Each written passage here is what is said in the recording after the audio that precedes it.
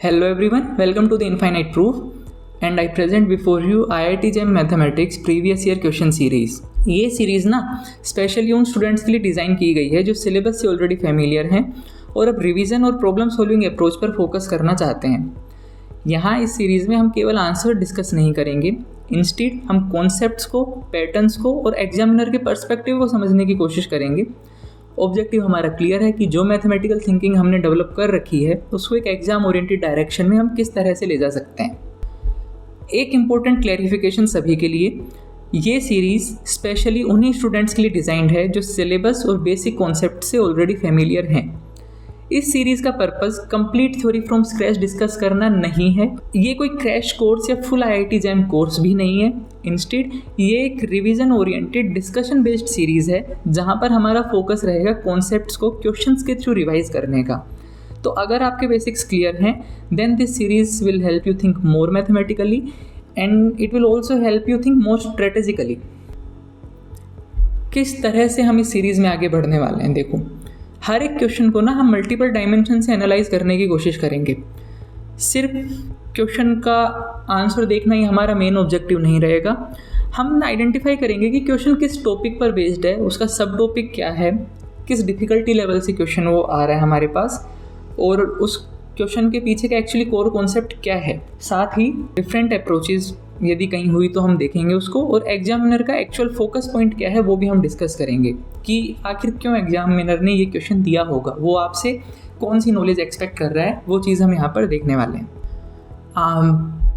कई बार आपने अपने आसपास बच्चों को बोलते हुए सुना होगा या आपको भी कई बार लगा होगा कि सिलेबस तो हमने पूरा कवर कर लिया, लेकिन जब हम एग्ज़ाम में ना क्वेश्चन करने बैठते हैं तो क्वेश्चन हमसे नहीं बनते या हम क्वेश्चंस नहीं कर पाते।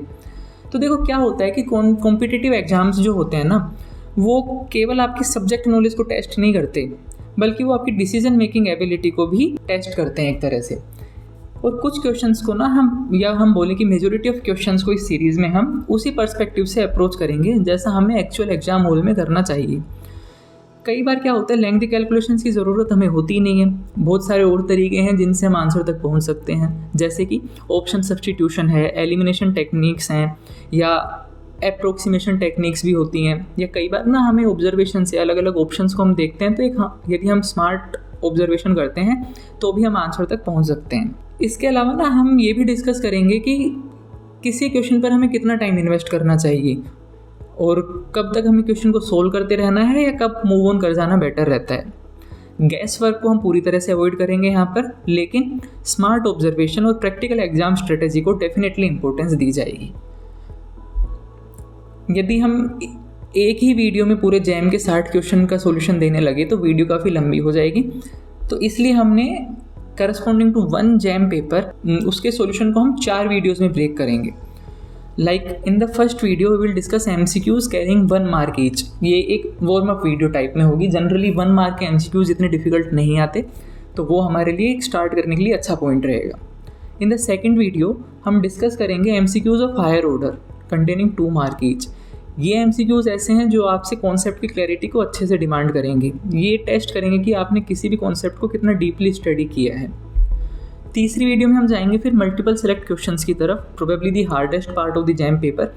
इसमें क्या होता है कि एक क्वेश्चन के करस्पॉन्डिंग एक से ज़्यादा ऑप्शंस ठीक हो सकते हैं और आपको मार्क्स तभी मिलेंगे जब वो सारे ठीक ऑप्शंस आप टिक करो, नो पार्शियल मार्किंग। इसको भी हम अच्छे से देखेंगे कि MSQs को किस तरह से अप्रोच हम कर सकते हैं। और लास्ट वीडियो या लास्ट पार्ट में हम यहाँ पर देखेंगे कि न्यूमेरिकल आंसर टाइप जो क्वेश्चन होते हैं उनको हमें किस तरह से अप्रोच करना चाहिए। कई बार क्या होता है ना कि कुछ कॉन्सेप्ट्स ऐसे होते हैं जैसे double integral, triple integral, 2D geometry, 3D geometry की काफ़ी सारे क्वेश्चंस ऐसे होते हैं जो हमें विजुअली ज़्यादा क्लियरली समझ में आते हैं। इसलिए जहाँ भी ज़रूरत होगी हम ग्राफिकल इंटरप्रिटेशन और विजुअलाइजेशन टूल्स का भी यूज़ करेंगे। मेनली जो सॉफ्टवेयर हम यूज़ करने वाले हैं वो रहेगा मैथमेटिका हमारे पास। कई बार ऑब्वियसली होता है ना कि एक ग्राफ हमने देख लिया तो 10 लाइनों से ज़्यादा कई बार हमें समझा जाता है, और वही पर्पज़ है हमारा यहाँ पर अलग अलग सॉफ्टवेयर्स को इंटीग्रेट करने का इन दिस सीरीज़। आप इस सीरीज़ से सबसे ज़्यादा फ़ायदा कैसे उठा सकते हैं या आपका एक अप्रोच क्या होनी चाहिए टुवर्ड्स दिस सीरीज़। देखो मैं स्ट्रांगली रिकमेंड करूँगा कि हर एक क्वेश्चन को पहले आप खुद अटैम्प्ट करें उसके बाद डिफरेंट अप्रोचेस कंपेयर करें और सिर्फ फाइनल आंसर पर फोकस करने की बजाय अंडरलाइंग कॉन्सेप्ट्स को समझने की कोशिश करें। मिस्टेक्स को केयरफुली एनालाइज करना भी प्रिपरेशन का एक इम्पोर्टेंट पार्ट है और रेगुलर रिवीजन ही कॉन्सेप्ट्स को लॉन्ग टर्म रिटेंशन और कॉन्फिडेंस में कन्वर्ट करता है। जितना हम रिवाइज करेंगे उतना हम सब्जेक्ट के प्रति कॉन्फिडेंट होते जाएंगे। और इस सीरीज़ का ऑब्जेक्टिव अगेन सिर्फ सॉल्यूशन डिस्कस करना नहीं है, बल्कि मैथमेटिकल थिंकिंग और एग्जाम ओरिएंटेड थिंकिंग को हमें डेवलप करना है यहाँ पर। सो इंट्रो में बस इतना ही इस सीरीज़ के, और आई होप कि ये जर्नी आपकी जैम प्रिपरेशन को और भी स्ट्रक्चर्ड, कॉन्फिडेंट और कॉन्सेप्चुअली स्ट्रॉन्ग बनाने में जेन्युइनली हेल्प करेगी। जल्दी ही मिलते हैं हम IIT JAM 2026 क्वेश्चन पेपर के एनालिसिस और सॉल्यूशन के साथ। Thank you.